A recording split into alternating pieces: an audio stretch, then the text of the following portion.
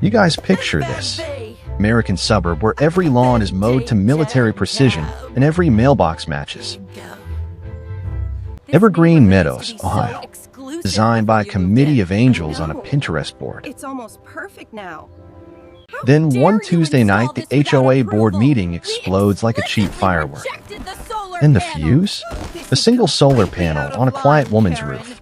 Kara McAllister, our glorious HOA president, all 280 pounds of her squeezed into a bright magenta power suit that screamed. I shop at the plus-size section of Neiman Marcus, slam her gavel so hard the folding chairs rattled. Olivia Wilson, you have 30 days to remove that eyesore, or the fine doubles to $10,000. Her jowls quivered like angry jello. This neighborhood has standards. We are not some hippie commune in Portland. The room gasped the way people do when Karen speaks, like she's handing down tablets from a mountain. I sat in the back row, 28 years old, masters in sustainable energy systems, and I just smiled. Calm. Walked out of this same community center after Karen called my first solar prototype a dangerous toy that would crash property values. You are a menace. I was 21 then, fresh out of college, trying to show the board how microgrid tech could keep lights on during the ice storms that hit Ohio every winter. Karen had laughed right in my face. Real Americans use real power, honey. Not fairy tale batteries. Her son Derek, sitting beside her like the crown prince, had smirked and said, "Some people just don't belong here." I left that night with a one-way ticket to Portland and a promise to myself. I would build something they could never ignore. Fast forward. My late grandfather's old ranch house on Maple Lane with cash from my company, Cascade Gridworks. The house still smelled like lemon oil and regret. And the first thing I did, installed a small, sleek solar array and one prototype microgrid module in the garage. Not to show off, because another big storm was coming, and I knew exactly how dark this neighborhood could get when the grid failed. Karen had smelled blood in the water the second the panels went up.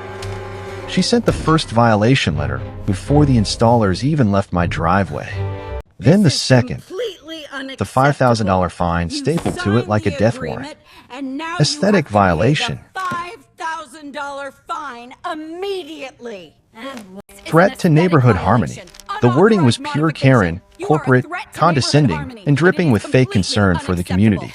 You could hear the neighbors whispering in the parking lot after the meeting. Mrs., 2 doors down, clutched her pearls. She seems so aggressive about it. Mr. Patel just shook his head. Karen waddled out like a queen, her assistant scurrying behind with a clipboard, and I swear the woman actually waved at me like we were old friends. Olivia, darling, it's nothing personal. Rules are rules. I smiled back, the same small icy smile I'd practiced in the mirror for years. Of course, Karen. Completely. Inside, though, I was already recording every word on the tiny hidden mic pinned to my blouse. Because here's the thing about people who abuse tiny amounts of power. They get sloppy. And Karen had been president for 12 straight years. 12 years of fining people for the wrong shade of mulch, 12 years of community improvement projects that somehow always ended with her son Derek getting new patio furniture or her own backyard pool expanded without permits. I drove home that night under those perfect streetlights, the ones the HOA bragged about but never maintained. The compass my grandfather gave me, the one I fixed myself when Dad called it junk, sat in the passenger seat, needle steady. North. Always north. I wasn't here to fight. I wasn't here to fight. Started. I was here to finish what I started. The next morning, the second fine arrived. Then the third. Karen's little army of retired busybodies started driving past my house slowly, phones out, snapping pictures like I was committing a felony. One lady actually left a note on my windshield. Think of the children. I laughed so hard I almost cried. Think of the children.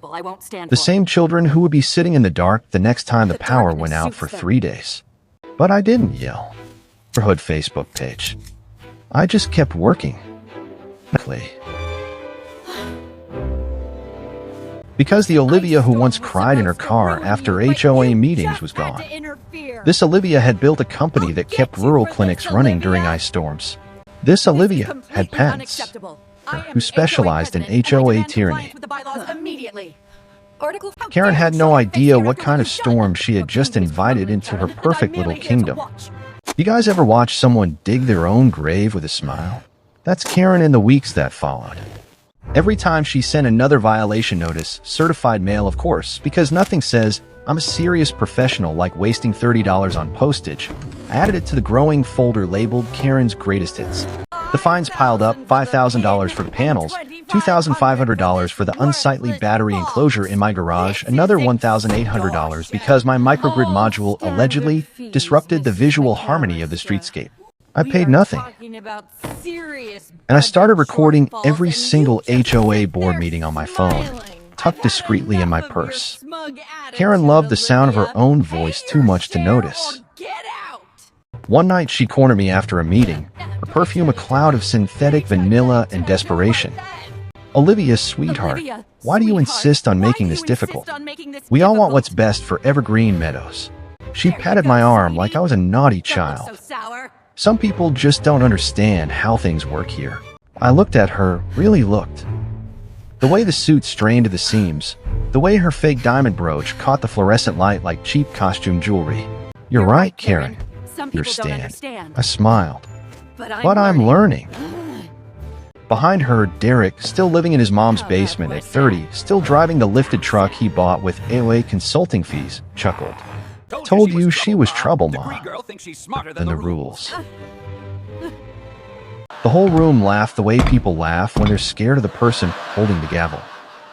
I just nodded politely and walked out. That night I sat at my kitchen table, the same one where I used to eat dinner with my grandfather, and opened my laptop. Cascade Grid Works was thriving in Portland, but I had brought 2 prototype microgrid units back with me.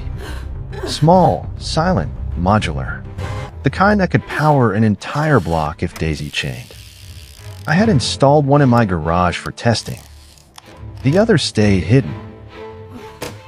The harassment escalated, of course. Karen's welcome committee showed up unannounced with a petition. Neighbors I had known since childhood suddenly couldn't look me in the eye. It's not personal, they said. It's just the rules. One lady actually teared up while telling me how Karen had threatened to fine her for having the wrong color Christmas lights last year. She knows everyone's business, the woman whispered. It's easier to go along. I started keeping a second notebook. Not just violations, actual evidence. I noticed Karen's own house had a brand new stamped concrete patio that definitely wasn't on any approved plans. I noticed her son Derek driving a new boat on weekends. I noticed bank statements leaked in the HOA treasurer's accidental email to the whole list. Small transfers marked community beautification that somehow ended up in Derek's personal account. I didn't confront anyone. I just smiled at the next board meeting when Karen announced yet another fine. For the record, I said sweetly, voice carrying through the room, I'm appealing every single one of these through proper legal channels. Karen's laugh was a wet, triumphant bark. Good luck with that, honey. I looked straight into the hidden camera lens in my purse. Unanimously. Outside, the sky was already turning that heavy gray that promised snow. The weather apps were screaming about an atmospheric river. The same kind that knocked the power out for 6 days back when I was 15, and my little homemade turbine had kept one kitchen light on while everyone else froze. This time I wasn't going to light one bulb. I was going to light the whole street. The storm hit like God had a personal grudge against Ohio. Trees snapped. It's like drunk marionettes. And just like clockwork, the entire neighborhood went dark on day 2. I was ready. While Karen was busy posting on the HOA Facebook page about community resilience and please don't panic buy all the bottled water, I quietly rolled out the second microgrid unit from my garage. I daisy-chained it to the first. Then I walked house to house, the ones whose owners had quietly texted me begging for help, and offered portable extensions. No charge. Just power. Mrs. Refrigerator hummed back to life. Mr. Concentrator kept his wife breathing easy. Even the couple with a newborn got lights and a working baby monitor. Word spread in whispers. Don't tell Karen. But Karen found out anyway. Flashlight shaking in her meaty fist, hair in giant pink rollers, magenta robe flapping like a battle flag. You are distributing unauthorized electricity. This is a safety hazard. I'm calling the police. I stood there in my hoodie, calm as ever. Actually, Karen, it's my private property, and I'm sharing extension cords with consenting neighbors. Check the covenants. During an emergency. Her face turned the color of a boiled lobster. You think you're so smart with your fancy degree. This is my neighborhood. I closed the doors softly. Any slam. The next morning, the fines arrived by email, tripled. Unauthorized power distribution, endangering the community. She even tried to get the utility company to shut me off, but they were too busy fixing down lines to care about one woman's grudge. Meanwhile, my prototypes were humming perfectly. Clean 60 Hz sine wave. Data loggers recording every watt. I had months of proof now, not just of Karen's violations, but of how my system outperformed the grid in every metric. 43% cheaper than diesel generators. Zero emissions. I sent the data to a friendly reporter at the local news. Not for fame. Karen doubled down. HOA meeting in the community center. Generator roaring outside because, irony of ironies, the HOA's own backup had failed. She stood at the podium, sweating under the emergency lights, and declared my microgrids a clear and present danger. Derek passed around a petition demanding I remove everything or face foreclosure proceedings on my house. The room was tense. Oh, started muttering. Her lights are on. My baby slept through the night because of her. Karen banged the gavel. Not a democracy. That's when I stood up. It's not. I held up my phone. But the law is. At meetings where you personally violated 6 different covenants while fining everyone else. I also have bank records showing $52,000 in HOA funds transferred to an account in your son's name. Labeled consulting. The room went dead silent, except for the generator outside coughing like it was embarrassed. Karen's face drained of color. That's a lie. I just smiled. Next week, Karen. Bring your fancy suit. The lawsuit hit the local news like a bomb. HOA president accused of embezzlement while fining resident for solar panels. Suddenly, everyone wanted to talk. Former board members came forward with stories. People who had paid fines for years started comparing notes. The county prosecutor smelled blood. Karen tried the usual playbook, victim card, tears on camera, claiming I was harassing a hardworking public servant. Derek even showed up at my door one night, reeking of beer and entitlement. You're destroying my mother, you bitch. After everything she's done for this neighborhood, I looked at him the way you look at a malfunctioning circuit. Everything she's done?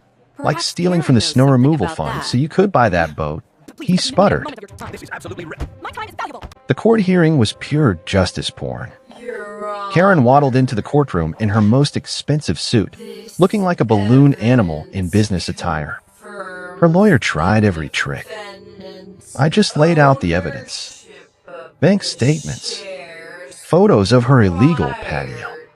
Test results from my microgrids that saved the neighborhood while the official HOA generators sat dead in the snow. The judge, a no-nonsense woman who had clearly dealt with Karens before, didn't even let the defense finish. This is textbook abuse of power. The fines against a mess.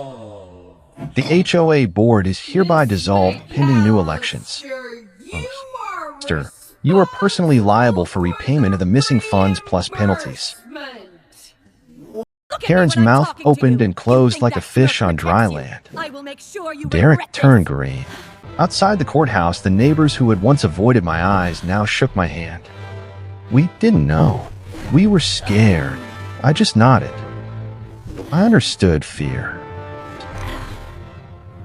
But I wasn't done. Cascade Gridworks made a formal offer to the new interim board. We would install a full community microgrid system for the entire neighborhood at cost, basically free, in exchange for permanent rule changes. No more aesthetic bans on renewable energy. No more petty fines for helping during emergencies. In one very specific clause, the former president and her immediate family could never again serve on any board. They voted yes so fast the gavel barely had time to hit the wood. The installation day was beautiful. Trucks rolled in on the community center roof, the same building where Karen once held court. Modular battery units clicked together like Lego bricks for adults. Neighbors brought coffee and donuts. Kids ran around asking questions. Even Mrs. and whispered, "Thank you for not giving up on us." Karen watched from across the street, standing on her illegal patio, arms crossed, face like thunder. She had lost 40 pounds from stress, or maybe just from not being able to afford the good catering anymore. Her power suit hung loose at Pink. Derek tried one last stunt, showed up with a news crew claiming corporate takeover of our beloved HOA. The reporter took one look at the smiling families charging phones for free and killed the story on the spot. I walked over to Karen that afternoon, compass in my pocket. The needle was steady. "Rules are rules," I said quietly. "You taught me that." She didn't answer. On the community center, Evergreen Meadows microgrid, powered by Cascade Gridworks. All chairs equal. File 6, 987 words. The new board elected me president by unanimous vote. I declined. Someone who had never held power before. A retired teacher, a nurse, a mechanic. Someone who understood service instead of control. I kept my house. Kept building. The whole neighborhood through outages, and the data shows we've saved residents over $180,000 in 2 years. Karen's repayment checks arrive every month like clockwork. She moved to a smaller house outside the gates. Last I heard, she's selling essential oils on Facebook. Derek, he's working at a big box store. Turns out stealing from your own neighbors doesn't look great on a resume. Some nights, I still sit on my porch and watch the lights stay on when the rest of the county flickers. The compass sits on the railing, needle pointing true. North isn't a place anymore. It's a direction you choose when everyone else tells you the map is wrong. And yeah, sometimes I smile thinking about that first meeting, Karen's face when the gavel came down. Not because I enjoy revenge, but because the people who told me I didn't belong. They finally learned the table was always big enough. They just had to stop hogging all the seats. The neighborhood is quieter now, but the rules make sense. And every time the power stays on during a storm, someone texts me, "Thank you for the light." That's enough. Thanks for listening, you guys. Tangled with an HOA Karen. Where are you watching from? Hit subscribe, smash the like button, and remember, sometimes the best revenge is just building something they can never turn off.